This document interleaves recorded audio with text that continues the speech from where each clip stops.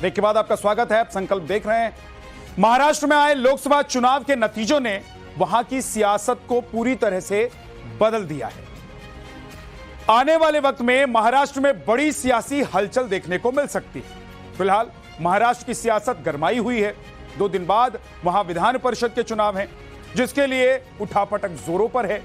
वहीं इस साल विधानसभा चुनाव होने हैं और इस बीच महाराष्ट्र की राजनीति के पुरोधा शरद पवार ने एक बड़ा गेम खेल दिया है। क्या है ये पूरी स्टोरी, आपको दिखाता हूं।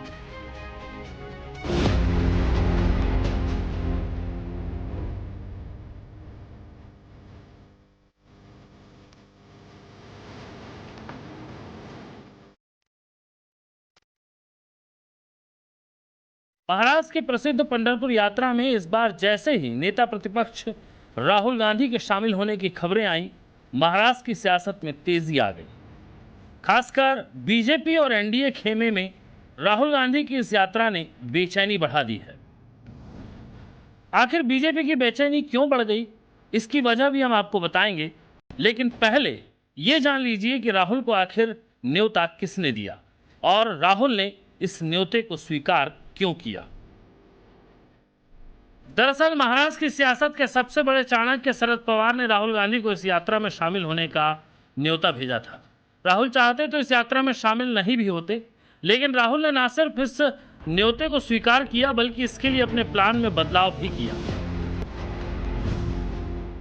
सूत्रों के हवाले से खबर है कि नेता प्रतिपक्ष राहुल गांधी परिवार के साथ वक्त बिताने विदेश जाने वाले हैं। राहुल गांधी 10 जुलाई को विदेश रवाना होंगे। 13 जुलाई को वो वापस भारत लौटेंगे और 14 जुलाई को पंढरपुर वार्षिक धार्मिक यात्रा में शामिल होंगे। इसी बीच महाराष्ट्र विधान परिषद की 11 सीटों के लिए चुनाव की तारीखों का भी ऐलान हो गया है। महाराष्ट्र में 11 सीटों के लिए 12 जुलाई को वोटिंग भी होनी है। विधान परिषद के चुनाव को लेकर महाराष्ट्र में अलग सियासी सरगर्मी चल रही है। क्रॉस वोटिंग से लेकर हॉर्स ट्रेडिंग के डर ने दोनों ही गठबंधन की पार्टियों की बेचैनी को बढ़ा दिया है।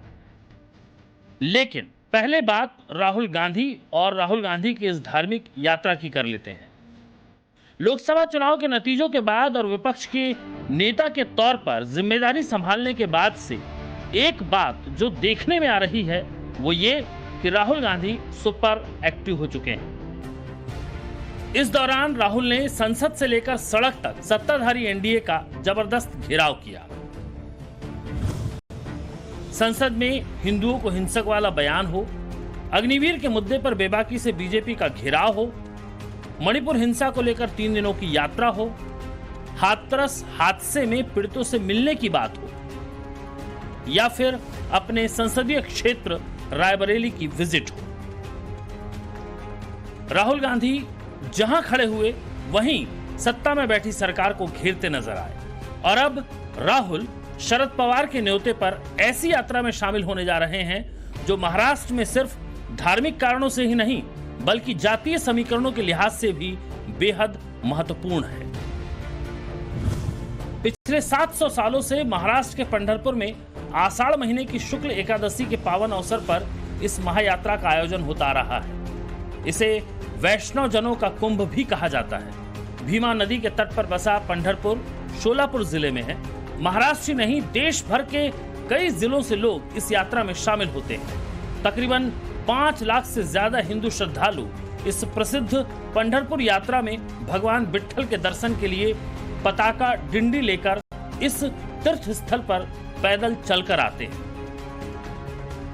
न्योता किसने दिया? शरद पवार ने।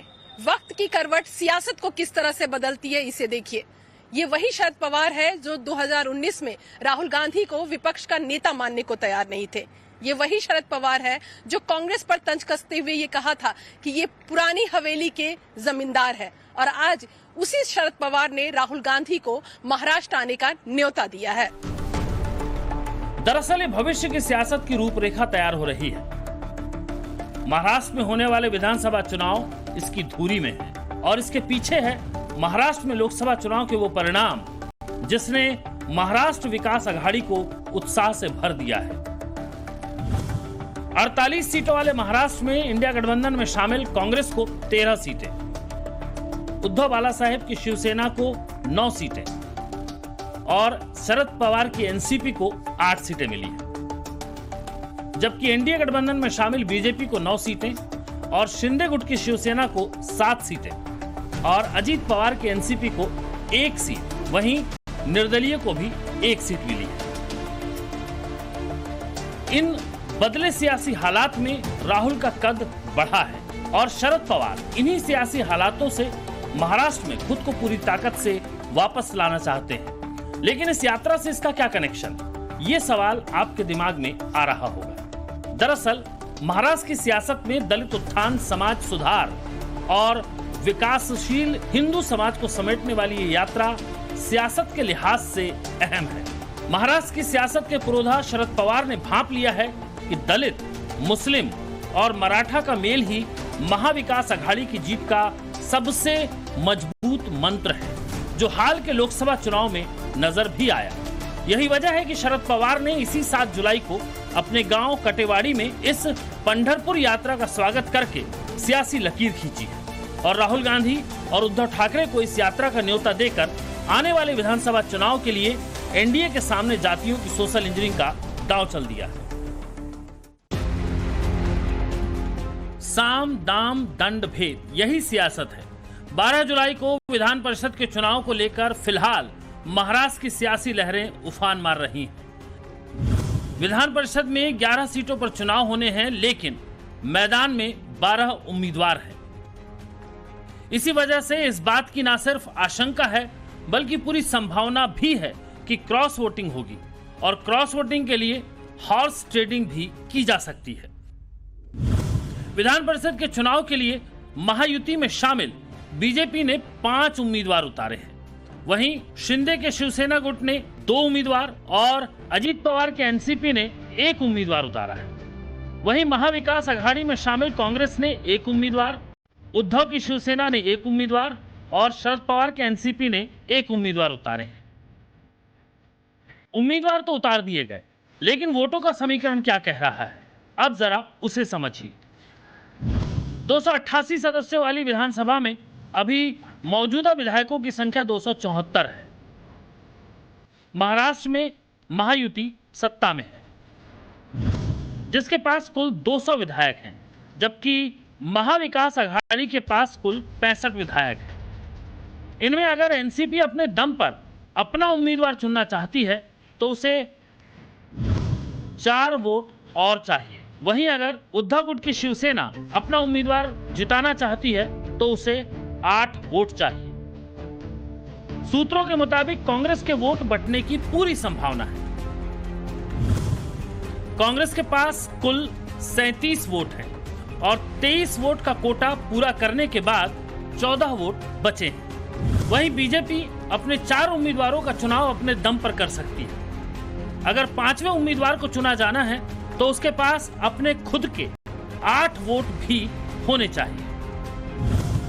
दरअसल 11 सीटों के लिए 12 उम्मीदवार हैं। महायुति ने 9 उम्मीदवार और महाविकास अघाड़ी ने 3 उम्मीदवार उतारे हैं और एक कैंडिडेट को जीतने के लिए प्रथम वरीयता के 23 वोटों की जरूरत होगी। ऐसे में दोनों के ही पास अपने सभी उम्मीदवारों को जिताने के लिए पर्याप्त वोट नहीं है, लिहाजा क्रॉस वोटिंग और हॉर्स ट्रेडिंग की संभावना ज्यादा है। 3 दिन पहले मुख्यमंत्री एकनाथ शिंदे और डिप्टी सीएम देवेंद्र फडणवीस और अजीत पवार के बीच एक मीटिंग भी हुई। इस मीटिंग में तीनों दलों की संयुक्त रणनीति पर विचार हुआ है। वोटिंग पैटर्न तय करने पर भी फैसला लिया गया है। साथ ही इस बात पर भी फैसला लिया गया कि प्रथम और द्वितीय वरीयता के वोट कैसे दिए जाएंगे। लेकिन इन निर्देशों से अलग सेंधमारी का खेल अलग चल रहा है। सूत्रों की माने तो बीते 2 दिनों से सभी पार्टियों ने अपने अपने विधायकों की बाड़ेबंदी कर रखी है। अपने अपने विधायकों को रिजॉर्ट में रखा जा रहा है ताकि कोई किसी तरह की हॉर्स ट्रेडिंग ना कर पाए। उप मुख्यमंत्री अजीत पवार की अगुवाई में तमाम विधायक मुंबई के सिद्धिविनायक में दर्शन के लिए भी गए थे। दर्शन करने के बाद अजीत पवार ने लिखा कि किसी भी कार्य की शुरुआत गणेश जी की पूजा से होती है। आज सिद्धि विनायक के दर्शन से हमें नई ऊर्जा मिली है। आने वाले समय में इसी ऊर्जा से जनता का प्यार, विश्वास और आशीर्वाद हासिल करेंगे। इस बीच अजीत पवार ने नेताओं के साथ विक्ट्री साइन का फोटो भी खिंचवाया, जिसे विधान परिषद चुनाव से पहले शक्ति प्रदर्शन के तौर पर देखा जा रहा है। लेकिन इस विक्ट्री साइन में एक दबाव भी है। लोकसभा चुनाव में जिस तरह से अजीत पवार का प्रदर्शन रहा और वो इतनी उठापटक के बाद महज 1 सीट हासिल कर पाए, उससे कयास लगाए जा रहे हैं कि अजीत पवार के खेमे में खलबली भी है। और शरद पवार के खेमे से दावा किया जा रहा है कि अजीत पवार के साथ गए 19 विधायक शरद पवार के साथ लौटना चाहते हैं। वहीं संजय राउत अलग हमलावर है। संजय राउत ने कहा है कि सिद्धि विनायक के दर्शन कर रहे हैं, ये तो अच्छी बात है, लेकिन बप्पा जानते हैं कि कौन पुण्य कर रहा है और कौन पाप कर रहा है। एकनाथ शिंदे और अजीत पवार ने महाराष्ट्र के मामले में जिस तरह का पाप किया है, उससे सिद्धि विनायक इस तरह किसी को आशीर्वाद नहीं देंगे। शिवसेना और एनसीपी में हुई टूट आने वाले वक्त में महाराष्ट्र में नए सियासी समीकरण बनाएगी। लेकिन इन सबके बीच लोकसभा चुनाव में बढ़ी सीटों से उत्साहित कांग्रेस विधानसभा चुनाव की तैयारी में जोर शोर से जुट गई है। कांग्रेस का विधानसभा चुनाव को लेकर कम्युनिकेशन विभाग का मेगा प्लान सामने आया है। सूत्रों के मुताबिक कांग्रेस राज्यों के चुनाव में संविधान को एक बार फिर मुद्दा बनाने वाली है। खासकर महाराष्ट्र के लिए कांग्रेस ने संविधान, आरक्षण, किसानों की आत्महत्या, पेपर लीक और बेरोजगारी को मुद्दा बनाने का प्लान किया है। न सिर्फ महाराष्ट्र, कांग्रेस ने अपने मेगा प्लान में हर स्टेट के लिए मुद्दों की स्क्रीनिंग कर ली है। इसके अलावा हर राज्य की राजधानी में पार्टी कंट्रोल रूम तैयार करेगी, जिसमें कम्युनिकेशन विभाग की टीम राज्य मीडिया विभाग से समन्वय बैठाकर प्रादेशिक मुद्दों को भी जोर शोर से उठाएगी। लोकसभा चुनाव में नर्वस 90 का शिकार हुई कांग्रेस विधानसभा चुनाव में कोई कसर बाकी नहीं रखना चाहती और वो पूरे दमखम के साथ इन चुनाव में जीत का परचम लहराना चाहती है। Bureau report, times now Navbharat. 2024 के चुनाव में शतक नहीं मारने के बावजूद राहुल गांधी फॉर्म में नजर आ रहे हैं और कांग्रेस पार्टी अब भविष्य पर फोकस कर रही है। संकल्प में आज इतना ही, कल फिर मुलाकात होगी। नमस्कार।